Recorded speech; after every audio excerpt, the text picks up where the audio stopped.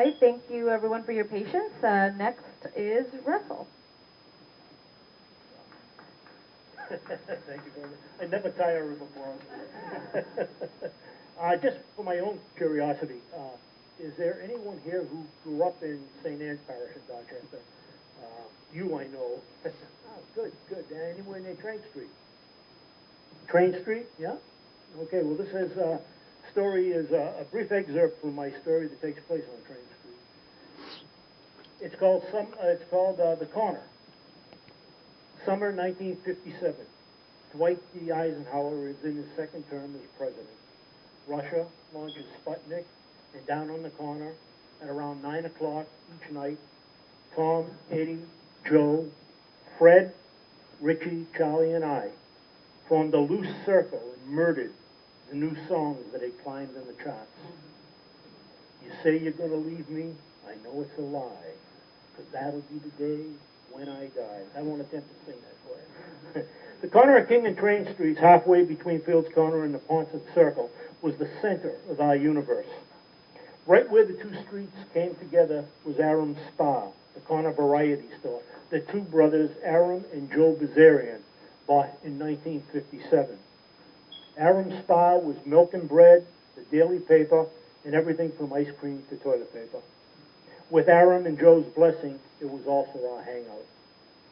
The people on and around King and Train Streets were blue-collar workers or low-paid white-collar workers. Most of the houses were three-deckers. Not everyone owned a car. We were Polish and Italian and Irish and French. All but me and Fred went to public schools. And when one of us went off to college, he would be the first in his family to do so. Tom and Eddie lived diagonally across the street from me on the second floor of a three-decker. Tom always had a big smile and a knot of curly hair that fell on his forehead. He was good at baseball and basketball and was quick to put on a smile and drape his arm around the shoulder of any girl who stopped by for a moment. His younger brother, Eddie, was our wise guy. He was funny, irreverent, a bit on the larcenous side, and loved by all the mothers in the neighborhood because he was so polite around them. He and Tom shared a bedroom with a line drawn down the middle of the floor, and Eddie could only pass over that line to go to his side of the room or to leave. Joe came from down the hill on Adams Street. He was a tall kid and wore size 13 shoes. He was Italian, always smiling, and had large hands that flipped when he got excited telling us a story. Fred and I knew each other before either of us moved to Train Street. We were both members of a judo team at the Young Men's Christian Union on Boylston Street in Boston. He was quiet until he had one beer, and then he'd laugh and stumble around. Richie was about a year older than the rest of us. He was stocky, wore glasses, and spent much of his time working on his car, a big old gray two-door with tin-foil-covered plywood for floors. He parked the car in his backyard, where late one night, when Richie was away, Charlie, plotted by all the beers that he drank, disappeared into the darkness while we watched from windows in Tom and Eddie's living room. A few moments later, there was a flicker, a flash, and then flames. Charlie raced out of the shadows, up Train Street, back to whatever safety he thought the living room gave. Summer evenings on the corner meant half-ball. We take a pickleball and slice it in half with a double-edged razor, a broomstick for a bat. There were all sorts of things we could make that half-ball do. Float like a flying saucer, dip and curve, sink, and it was a single if you could bounce it off the first floor of the house across the street, a double off the second floor, and a home run if you hit the third floor. Later, when darkness came, we'd play ring-a-libio until every last player was captured and put in jail.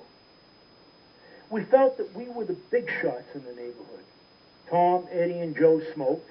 Everyone knew we drank beer. One of the priests at St. Anne's had pegged us all as sinners because none of us ever attended Mass on Sundays.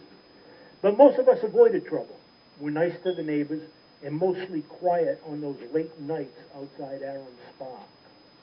The exception to this was Charlie. Charlie was about 5 feet 11 inches and thin. He had short blonde hair and what everyone called an Irish face.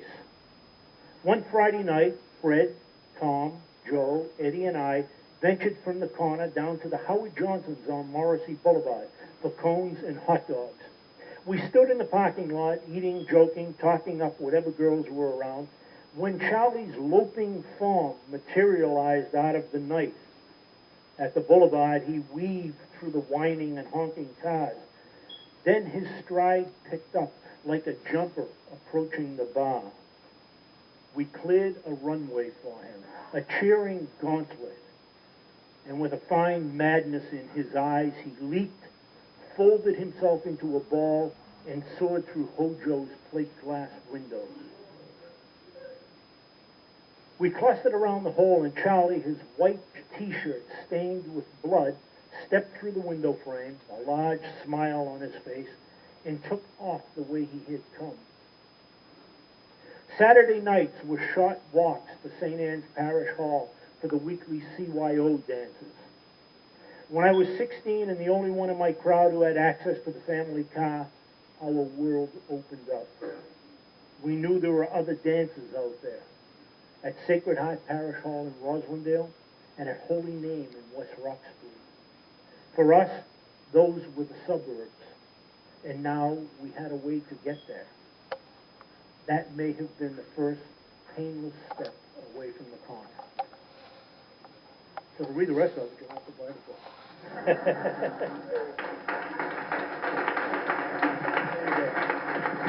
Thank you, Russ. That was really great.